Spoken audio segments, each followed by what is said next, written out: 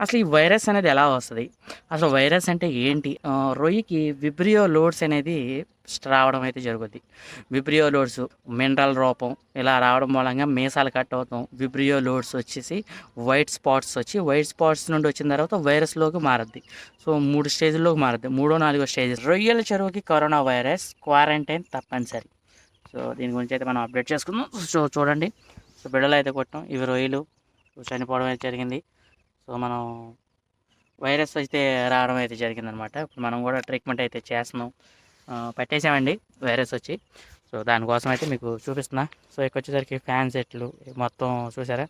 Fan సెట్లు మొత్తం పీకేసాం. నిన్నే పట్టుబడైంది. మళ్ళీ నెక్స్ట్ దానికి ప్రిపరేషన్ అయితే చేయడమే జరుగుతుంది. వైరస్ అండి, దీనికి ముందు లేదు, నివారణ మాత్రమే.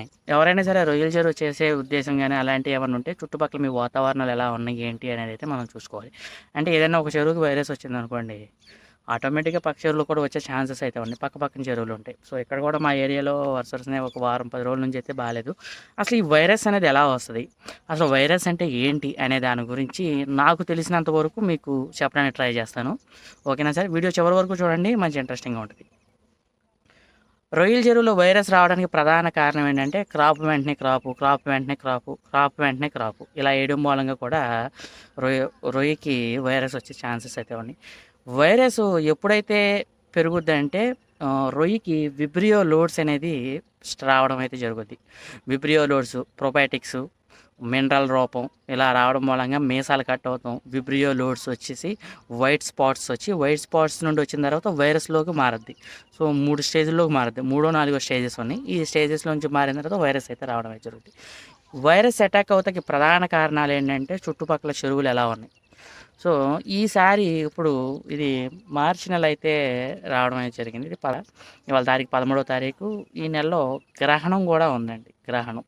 సో, చంద్రగ్రహణం కూడా మొన్న మనకి 3వ తారీఖున గ్రహణం కూడా జరిగింది. మార్చి 3వ తారీఖున. సో, ఈ గ్రహణానికి కూడా రొయ్యకి అనేది సిమ్టమ్స్ ఇబ్బంది పడి దాని మూలంగా ఈ వైరస్‌ల ప్రభావితం రావడం మూలంగా చాలా చెరువులకి వైరస్ అయితే రావడం అయితే జరిగింది. సో, కొన్ని చెరువులు మీ చుట్టుపక్కల ఎలా ఉందో, మీ చుట్టుపక్కల వైరస్ పొజిషన్ ఎలా ఉందో ఏంటో కింద కామెంట్ రూపంలో తెలియజేయండి సార్. సో, ఈ వైరస్ రావడం మూలంగా రొయ్యల చెరువులు ఏమవుద్దంటే చెరువు మీద రొయ్య ఈదడం అయితే జరుగుద్ది. ఎప్పుడైతే రొయ్య అయితే ఈదిందో తెల్లారే మనం పట్టుకోవాలి. ఇవాళ ఈదింది ఇక మ్యాక్సిమం ఇక బ్లైండ్‌గా వెళ్ళిపోవడమేనండి. అసలు ఒక్క చెరువులో ఏంటంటే ఒక రొయ్య కూడా ఈదకూడదు. ఇదే మెయిన్. ఒకవేళ రొయ్య ఈదింది అంటే మనకు తెలియకపోతే ఎక్స్‌పీరియన్స్ క్యాండిడేట్స్ ఉంటారు కాబట్టి వాళ్ళకి ఒక చుట్టుపక్కల రైతుకో ఎవరికో ఒకసారి మనం చూపిస్తే వాళ్ళు ఏం చేస్తారంటే వాళ్ళు చెప్తారు అన్న వైరసే అన్న అని అంటారు. సో, మ్యాక్సిమం ఏంటంటే చుట్టుపక్కల చెరువు రైతులు మాత్రం మన గట్టుకు రారు. మనం చుట్టుపక్కల ఆళ్ళ చెరువు గట్టుకు మనం వెళ్ళం. అప్పుడు మనం ల్యాబ్‌కి వెళ్ళి సార్ ఏంటి సార్ పొజిషన్ అని అంటే వాళ్ళు ల్యాబ్‌లో చూసి టెస్ట్ చేసి అన్న వైరస్ వచ్చిందన్న అది సిమ్టమ్స్ అది అని అయితే చెప్పడమే జరుగుద్ది. సో, దానికి ముందుందా లేదా అని అడిగితే మాత్రం ఈ మందు కొట్టండి, ఆ మందు కొట్టండి కొంతమంది ఇస్తా ఉంటారు. ఆ మందులు కూడా మనకి వర్కౌట్ అయితే అవ్వవు. సో, దీని మూలంగా వైరస్ అయితే రావడమే జరుగుద్ది. క్వారంటైన్ తప్పనిసరి అని అన్నది ఏంటంటే కరోనా వైరస్ వస్తే డిస్టెన్స్ మెయింటైన్ చేయాలి మనుషులు.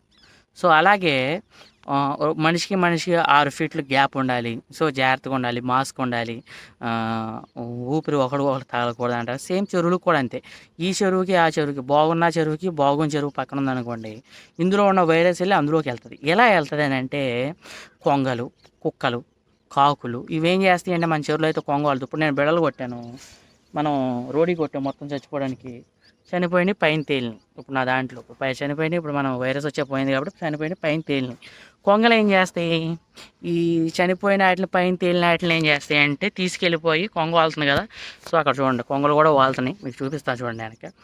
సో, వెనక ఏరియాలో కూడా కొంగలు కూడా వాళ్తున్నాయి. అక్కడక్కడ చూస్తున్నాం చూడండి. అక్కడ ఏలు పెట్టాను చూడండి కనబడుతుంది. ఆ ఏలైన కొంగలు కూడా ఉన్నాయి. సో, ఈ కొంగలు ఏం చేస్తాయి అంటే వేరే చెరువులోకి వాటికి ఆహారం కోసం తినడం కోసం వచ్చి అవి తినేసి అది అక్కడ నుండి ఎత్తుకెళ్ళడం అయితే జరుగుద్ది. అది గూట్లో పెట్టుకుని తిందామని అంటది. ఇది వెళ్ళే దారిలో మధ్యలో జారిపోద్ది గ్రిప్ దొరక్క. ఇది జారిపోయి ఏ చెరువులో అయితే పడిందో ఆ చెరువులో వైరస్ వచ్చేస్తుంది. సో, ఒక దాని నుండి ఇంకో దానికి వైరస్ అయితే అటాక్ అవ్వడం అయితే జరుగుద్దండి. ఇది దీనికి క్వారంటైన్ తప్పనిసరి, నివారణ మాత్రమే. బయట బ్లీచింగ్ అని కొడతారు, చెరువు మనకి నడిచేదారులు కాళ్ళు కొడుకుని చేతులు కొడుకుని దిగుతారు. ఇన్ని నివారణలు తీసుకున్నా సరే అటాక్ అవ్వకుండా ఉంటుంది అని గ్యారంటీ అయితే ఇవ్వలేము. 100% అటాక్ అయితే అవే ఛాన్సెస్ అయితే ఉన్నాయి. లేదు మన టైం బాగుంటే అటాక్ అవ్వకపోవచ్చు. సో ఇవి దీని యొక్క వచ్చే విధానాలు. ఇంకో విషయం ఏంటంటే కరోనా వైరస్ కంటే దారుణమైన వైరస్ ఏదన్నా ఉంటే రొయ్యకి వచ్చే వైరస్ అనమాట. సో ఆ వైరస్ వైట్ స్పాట్ సిమ్టమ్స్ అంటారు, విబ్రియో లోడ్స్ అంటారు. వైరస్ వచ్చిన రొయ్యని మనం ఎలా గమనించాలన్నా ఏంటంటే గులాబీ కలర్లోకి, లైట్ గులాబీ కలర్లోకి రావడం అనేది జరుగుతుంది. పైన వైట్ స్పాట్స్ అయితే రావుతాయి. సో ఇవి సిమ్టమ్స్ అనమాట. రొయ్య ఎప్పుడైతే నీ చెరువు మీద ఈదిందో అప్పుడు వెంటనే నువ్వు నెక్స్ట్ డేనే హార్వెస్ట్ చేసేసుకోవాలి. సో హార్వెస్ట్ చేసేసుకుని నువ్వు దాన్ని క్లీన్ చేసుకుని మళ్ళీ ఒక 10 to 15 days ఆగి మళ్ళీ వేసుకోవచ్చు. సో ఇంకో విషయం ఏంటంటే ఎప్పుడు అదే నెలలో రిపీట్ చేసినా సరే ఇబ్బందులు వచ్చే ఛాన్సెస్ అయితే ఉంటాయి. సో ఏంటంటే నీళ్లు బయటికి తోడేసుకుని మళ్ళీ ఫ్రెష్గా ఆరబెట్టుకుని మళ్ళీ మినరల్స్, ప్రోబయోటిక్స్ ఇవన్నీ సాయిల్ అప్లికేషన్స్ నేను అయ్యే కాదు చాలా ఉన్నాయండి. మినరల్స్, ప్రోబయోటిక్సే కాదు, సున్నమని, లైమ్ అని, నెక్స్ట్ ఇవన్నీ చాలా ఉన్నాయి. అవన్నీ చెప్పలేము, సీక్రెట్స్ కాబట్టి అవి తర్వాత వీటిలో రాను అయితే చెప్పడం అయితే జరుగుతుంది. ఓకేనా, ఇది ఆ కంటెంట్ కాదు కదా.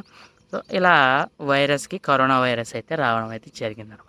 ఈ వైరస్ యొక్క ప్రభావితం ఎలా ఉంటుందంటే ఒక చెరువుతో ఆగదండి, అది చుట్టుపక్కల ఉన్న చెరువులన్నిటిలోకి వెళ్ళిపోద్ది. సో చుట్టుపక్కల ఉన్న చెరువులన్నిటిలోకి వెళ్ళిపోయింది అనుకోండి, మనం కూడా ఇబ్బంది పడడం అయితే జరుగుద్ది. రొయ్యల చెరువుకి కరోనా వైరస్ అనేది అందుకే అండం అయితే జరుగుద్ది. పడవ పద్దాక వంకట ఇంకా తిరుగుతుంది, కెమెరా నీటికి కనబడాలి కదా.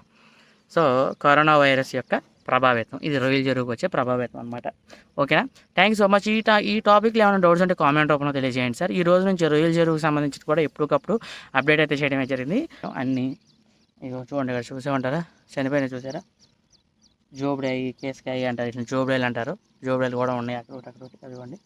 సో అక్కడ జోబుడాయి, రొయ్యలు, పాత రొయ్యలు కూడా అన్నీ చంపేసి ఒక 15 రోజులు మనం కంపల్సరీగా ఆగి మళ్ళీ ఒక 15-20 రోజులు ఆగి అయితే మనం కల్చర్ అయితే మళ్ళీ స్టార్ట్ చేయడం అయితే జరుగుతుంది. సేమ్ వాటర్ ఫెసిలిటీ లేదు కాబట్టి ఇదే వాటర్ అయితే చేయడం అయితే జరుగుతుంది.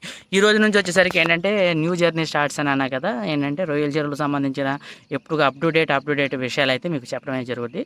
అసలు రొయ్యల చెరువు ఎలా చేయాలి ఏంటి, ఇప్పుడు దాకా చేపల చెరువులు ఎలా చేయాలి ఏంటి అనేది మన వీడియోలు చూస్తే మీకు అర్థమైంది. ఈ రోజు నుండి రొయ్యల చెరువు ఎలా చేయాలి, నేను ఎలా చేస్తున్నాను, మా యొక్క పర్సనల్ ఎక్స్పీరియన్స్ అయితే మీకు షేర్ చేయడం అయితే జరుగుతుంది. ఇంకో విషయం అన్న, మీరు చేసినట్టే మేము చేస్తే మాది వస్తుందా అని అంటే నేనైతే గ్యారెంటీ ఇవ్వలేనండి. మేము చేసినట్లుగా మాకు గ్యారెంటీ లేవు, మీరు చేసేటికి మేము గ్యారెంటీలు ఇవ్వడం అనేది కష్టం, అసంభవమైన మాటలు. ఓకేనా, కాకపోతే ఏంటంటే ఎలా చేయాలి ఏంటనే చెప్పడం. సో అది ఆగితే కౌంట్కి వెళ్తారు, ఆగిపోతే మాత్రం ఎవడో ఏం చేయలేం. ఇందులో ఎవడు గొప్పడు కాదు, ఎవడికి వస్తుందని గ్యారెంటీ చెప్పలేం. ఎవరైనా చేయొచ్చు, ఎవరికైనా రావచ్చు. 1000 క్రాపులు వేసిన వాడైనా సరే 1001వ క్రాపు కొత్త. సో అలా ఉండే కల్చర్ ఏదైనా ఉందంటే రొయ్యల చెరువు. Thanks so much. అలాగే మంచిగా సబ్స్క్రైబ్.